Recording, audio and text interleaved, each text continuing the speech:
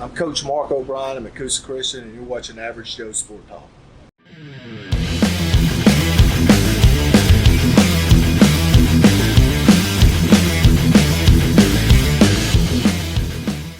All right, our next episode of Firing Off with Jared's Tactical is going to be with Mark O'Brien, and we are sitting here in lovely Rainbow City, Alabama at Jared's Tactical. Coach, I want to start back in the old days. I went to church with this man. I got a lot of respect for him. I found out through the grapevine that you played under Coach Buster Gross. Yeah. All right. And anybody that knows Buster Gross knows, what kind of coach he was. Yep. Hard-nosed, physical, no nonsense. Yep. Talk about those early years and playing ball under literally a legend, especially in this area like Buster Gross. Yeah, that was quite the honor. I grew up in Rainbow City.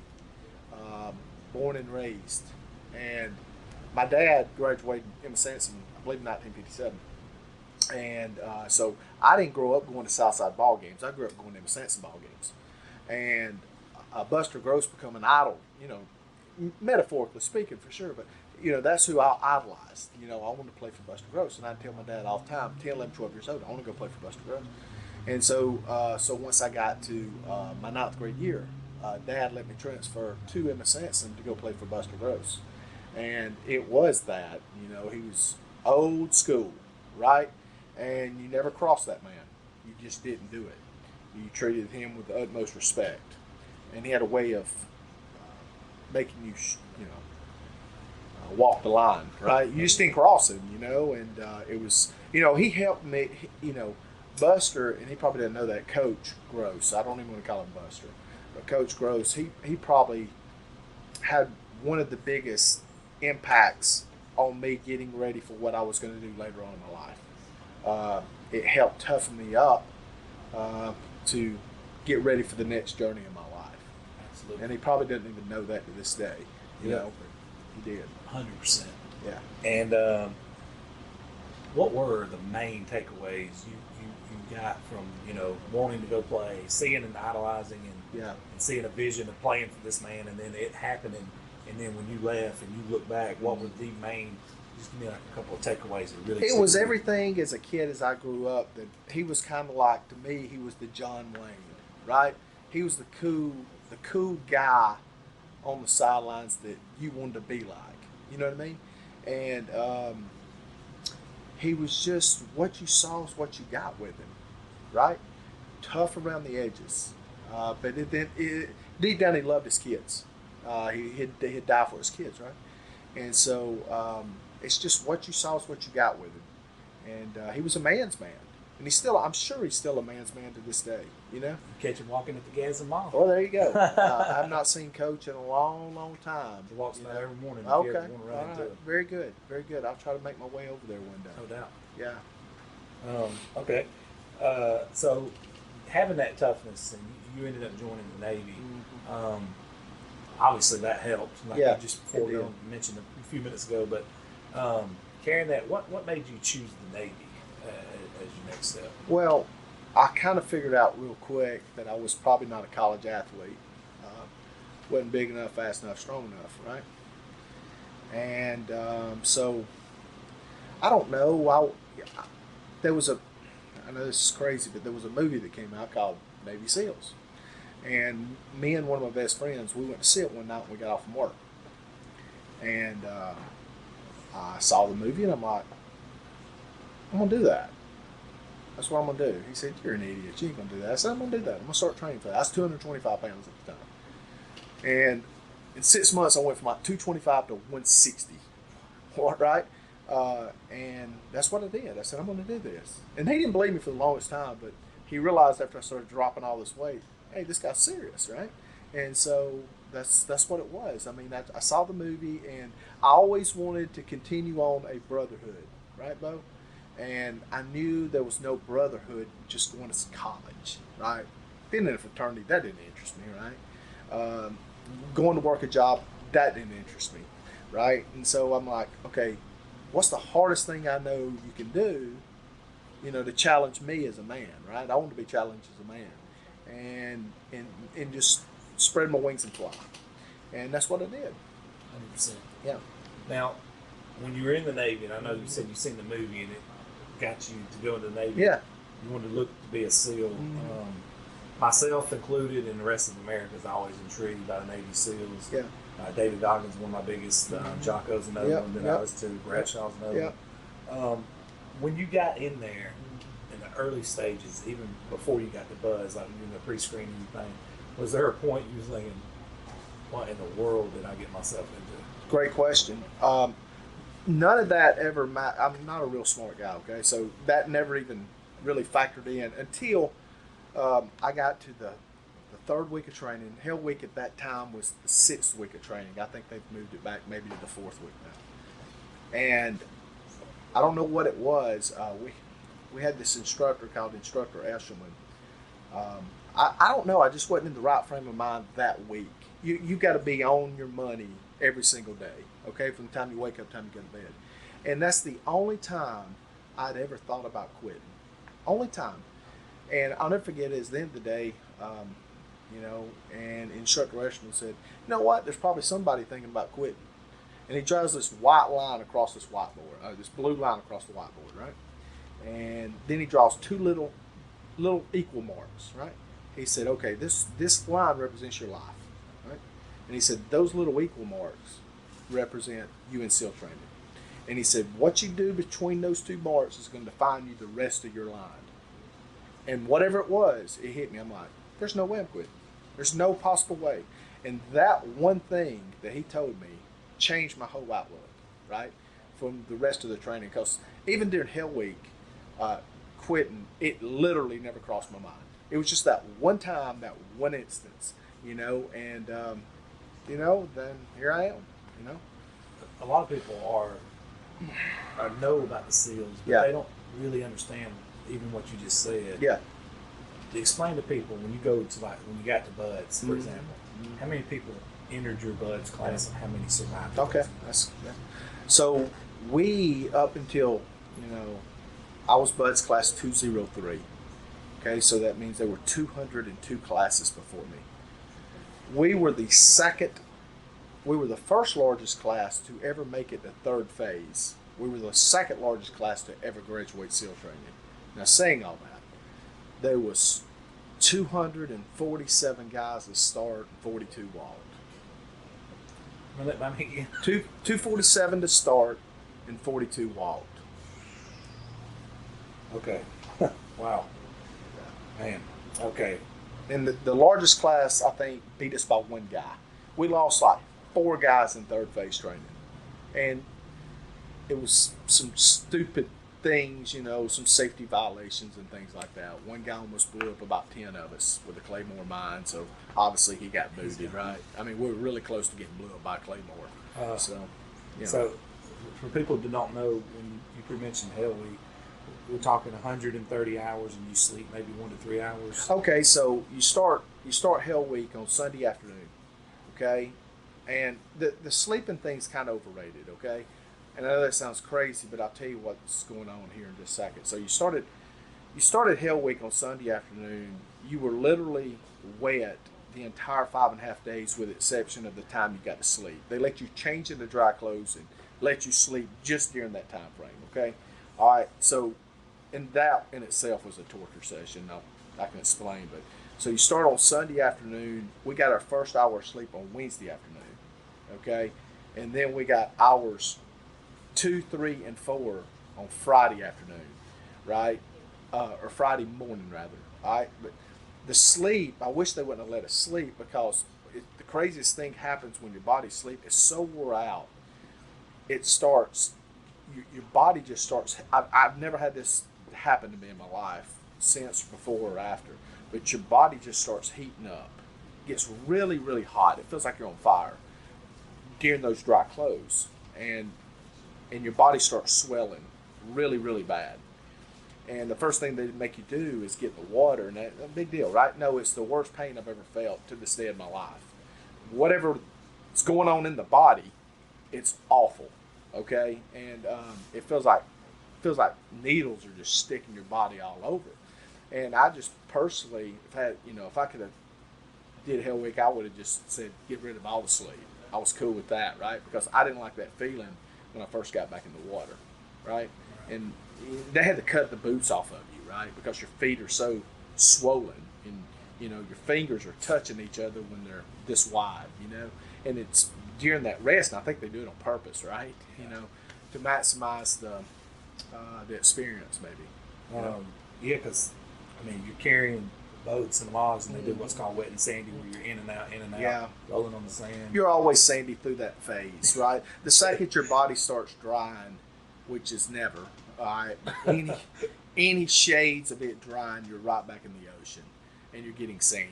So you're all chafed up. It's really a really uncomfortable feeling. And people that don't know, I've done some research on this.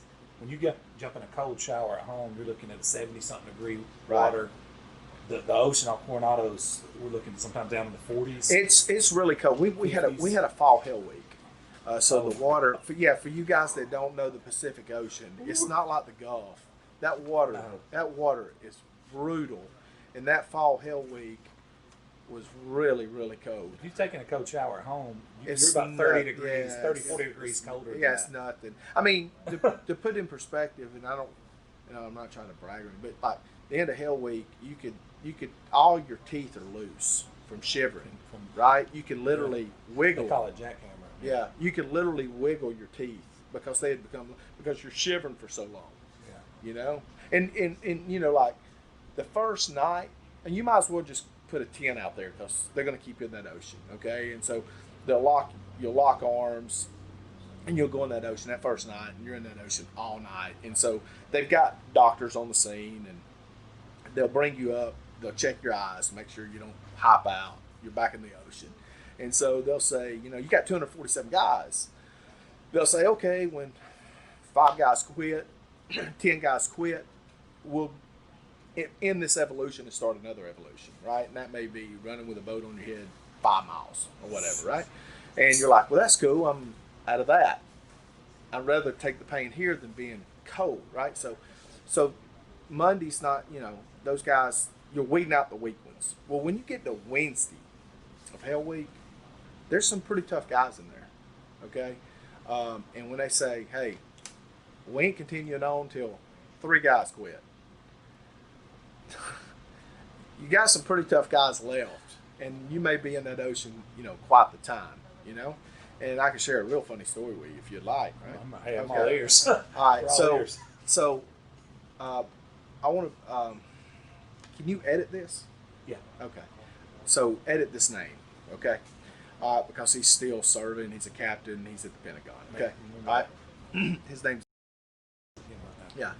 Okay. So he was my boat crew captain, right? You got 1 officer per boat crew, and there's 1 officer and there's 6 of you guys. Okay. I just don't want his name. I don't mind the story being of it. Okay. And he's a captain now, which is no 6. And so we're in this boat crew, and Scott Rowe's with us, and Scott Rowe's in Hollywood now doing movies. All right. So, and Bill Pless. And so, Bill on Monday of Hell Week, I'll never forget it. Right here, Bill's right here, Scott Rowe's right there. I'll never forget it. And we wanted to have the toughest boat crew in SEAL training. That was our goal. Nobody in our boat crew is going to quit, right? It's all pride, right?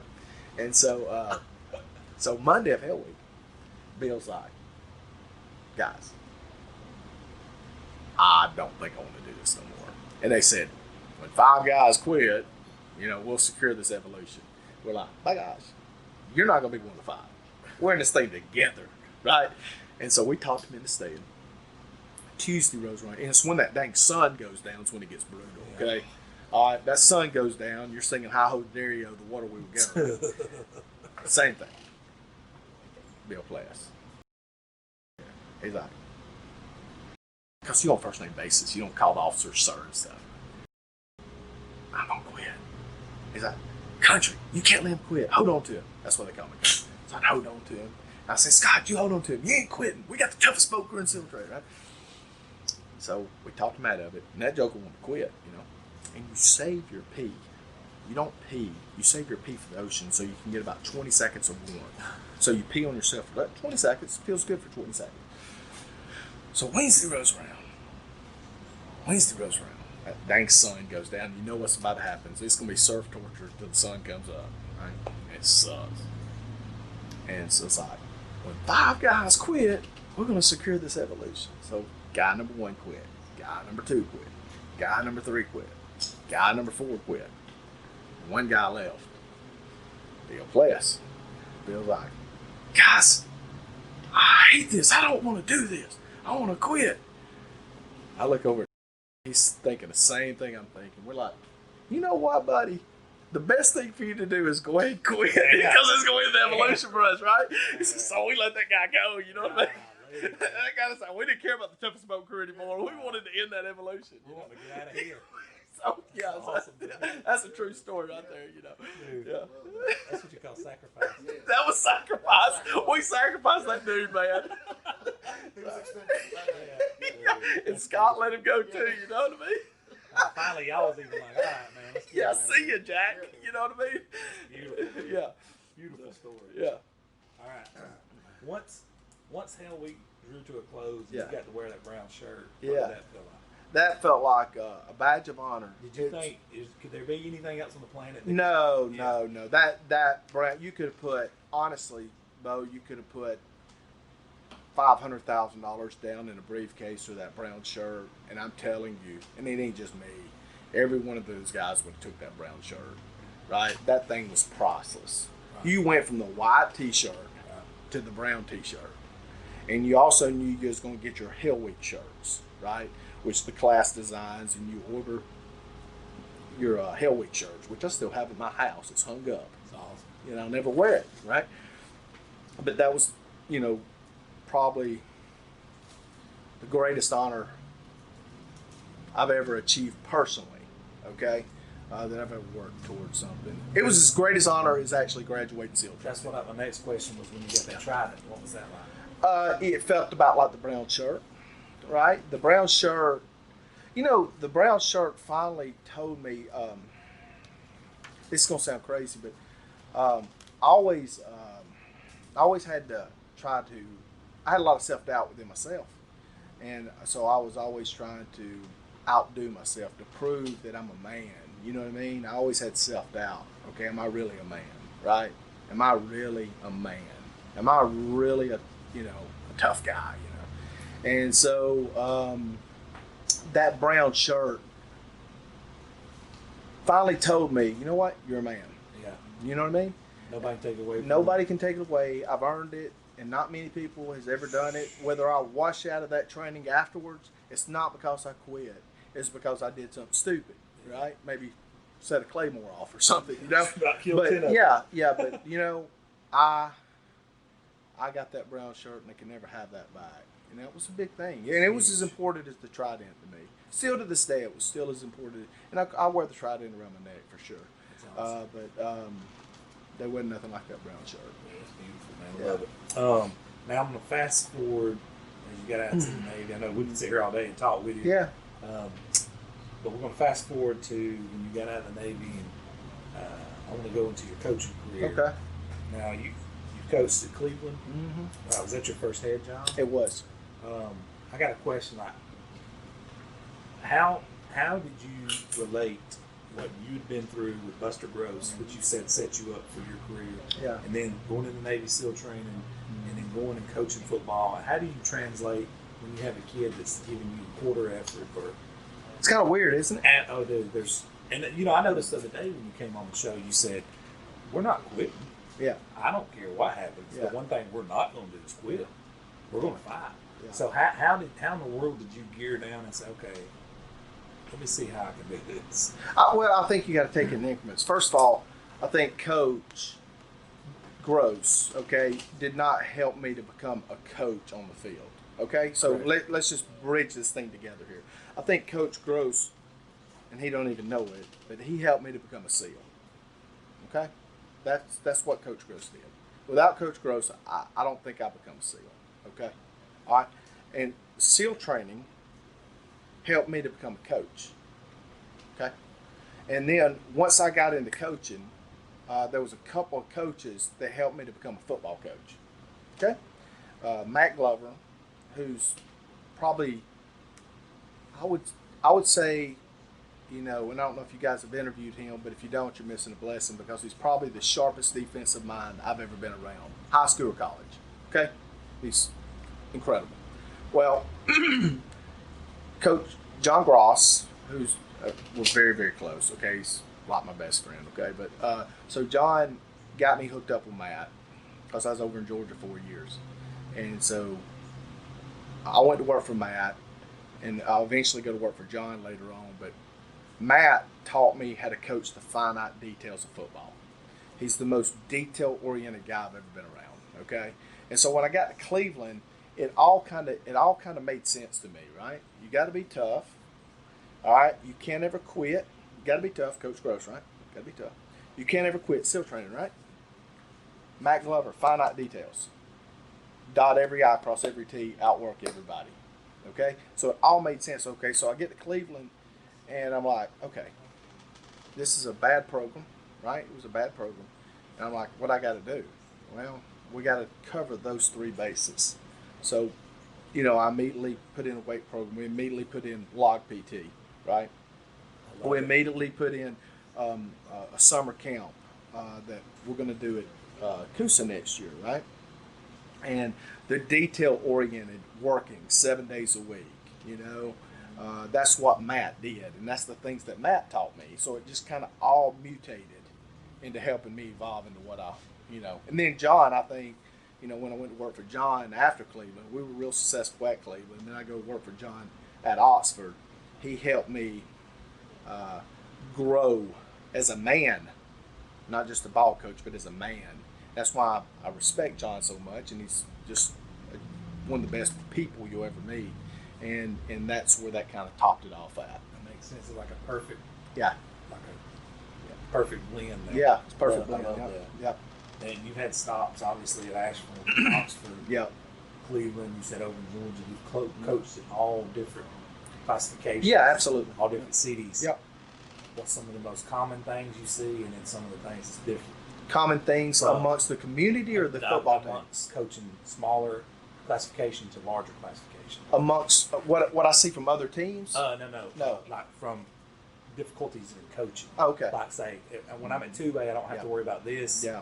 When I'm at 6A, I have to worry about Yeah. something that's common and something that's different. Well, they're all equally important, right? If you detail every single thing, and everything matters, right? Because there's no fans, no pressure is really going to get under your skin, no more than what you put on yourself. Okay, so washing that aside, that 1A ball to 7A ball, it's all about the details, all about the details. And you know, you see some programs, you know, like John had told me a long time ago. He said, Mark, you know, him and I was talking about. We went to lunch together, or he may have came over to my house one night. We was talking about the differences in college coaching and high school coaching. I said, what's the biggest differences you found, John? He said, you know, on a high school schedule, you can look at your schedule and if you've got dudes, well, there's 4 or 5 teams you can just absolutely blister, right? And he said there'll be 2 or 3 opponents that's going to be coached up, it's going to have the same type of kids. And he said, well, on the high school level, that was the high school level. He said on the college level, he said you're going to see, you know, no bad coach teams, right? And you're going to see maybe not as quite as talented as teams. And he said that was the biggest difference. That was the biggest transition for him. And you see that at the 1A level to the 7A level as well. The 7A level tends to have bigger coaching staffs, and they tend to work the details a little better than some of the 1A schools. But as far as the kids, they all want to win. Right. You know, the coaches, they all want to win. As well. Yeah. So that's makes a lot of sense. Yeah. Now, you've taken over here at Coosa, and this is what I want to dive into.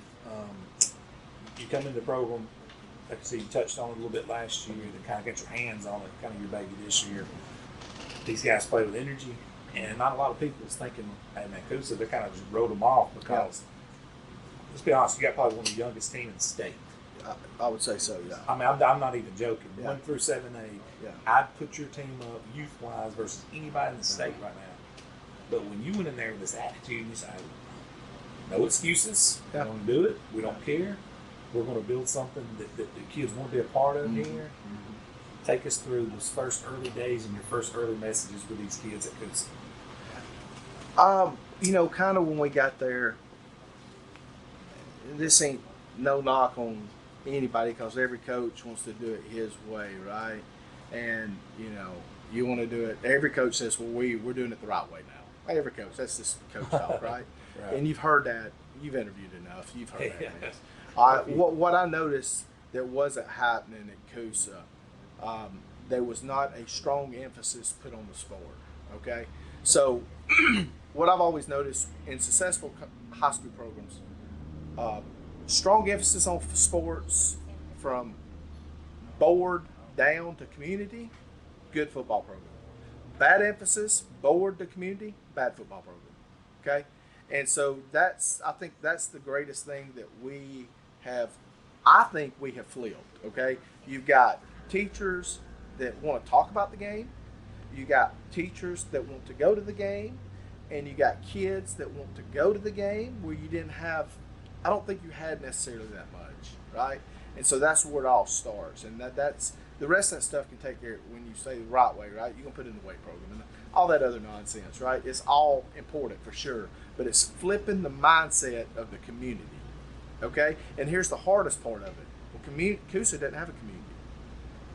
That's what's hard, okay? So now you just dwindled that community to school, okay? So now you got to get that school in lockstep with you, because where's Coosa's community? It's not there. Everywhere. That's right. Where if you're at Southside, you can go to the local business, right? And you can get what you need.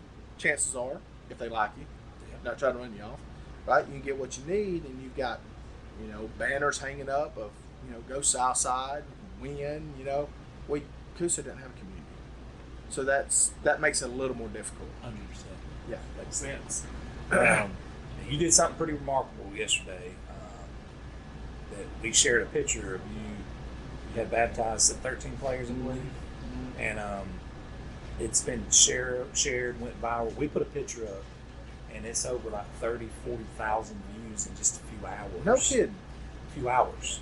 Wow. Not even a day, right? So, and it was shared on Fox 6. Yeah. Pretty unbelievable, pretty remarkable. The reason that is because a lot of people nowadays, society kind of shy away from it. Yeah. But, I think it's unbelievable. Yeah. And I want to give you the floor a little bit to talk about what went into that and how special that is above all else. Well, to me, it's if you're a so-called Christian, well, what is the gospel? Okay, so you have to define what the gospel is, right?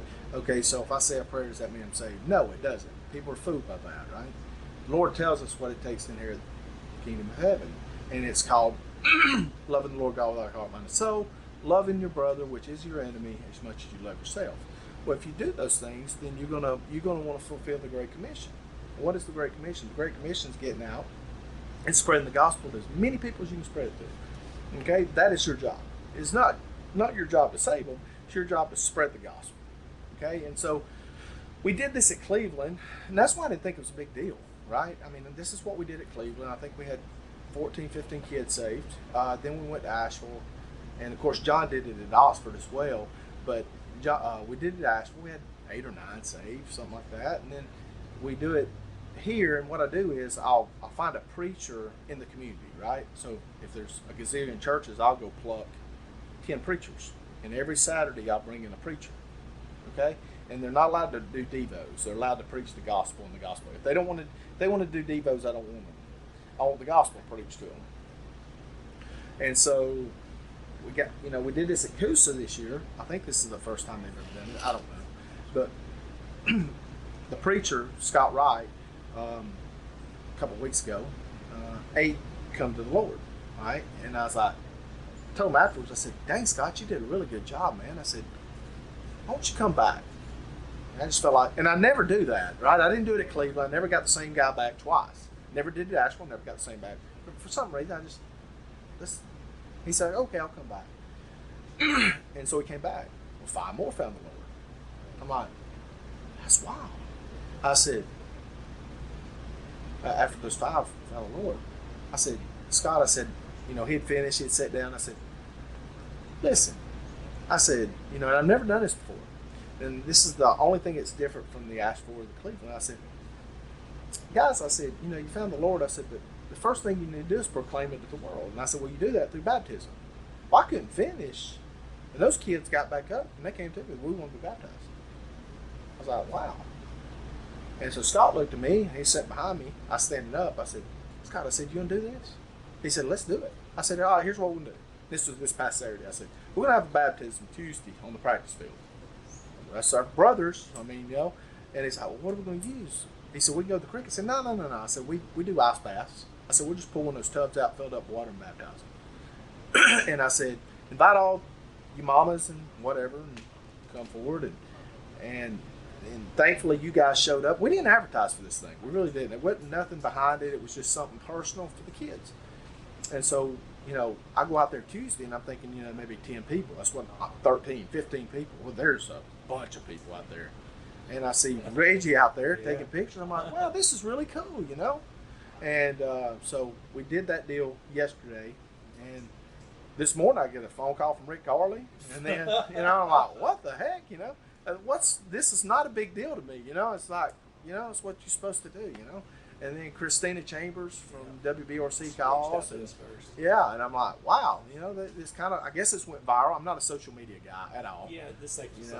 Yeah. And so, and then you said something like 30,000 likes or something, whatever that is. It shows page reach. Okay. Reach, and, is that from your that's platform? Just ours. Okay. All right. Very good. Then you had Coosa Christian Association. Yeah. Coach Mint shared. Yeah. Well, then he took our pictures and our stuff and shared it on Fox 6. So when that happened, it was just And so, you know, the Lord has got his way of working out his perfect plan, right? And he don't need me for sure, and he don't need you, or he don't need Buddy. Exactly. He don't need, you know, it's just I guess he may use us. Yeah, he uses us, and those things just kind of he's the ultimate. happened. He's the ultimate coach. Yeah, that's Plug right. and play. That's right. Well, Coach, I got 2 questions for you. Yeah, I got one more question, and then I'm going to give you the floor at the end to talk about what you want to talk about. Yeah. The last question is, when a young man, if I'm a parent, and my son's coming to play for you, and I look you in your eyes and I say, Coach, when my son leaves you, what's he going to leave you with? How is he going to be a better man when he leaves your coaching? Well, he's not going to be a quitter. That's completely off the table. Now, does he find salvation? Well, I hope he does. I mean, the gospel will be presented to him a bunch. You know, it's at least 2 sermons a week during football season. But from the secular standpoint, I can assure you, if he lasts in that program, he won't be a quitter. It's a really, really difficult program. We make it very hard. It's designed that way. And just to be honest with you, as long as I do this, ever how long that is, it's always going to be hard like that, right? I just, you know, you got a reputation to uphold as a man. It's important to be a man. The man is leaving this earth at a rapid rate. They're becoming beta males, is what I call them. And it's a sick culture, okay? And they don't want alpha men in this world anymore. Whoever that they are, right? It's just not looked upon in society. Well, that's exactly what I want. Exactly. I want alpha males.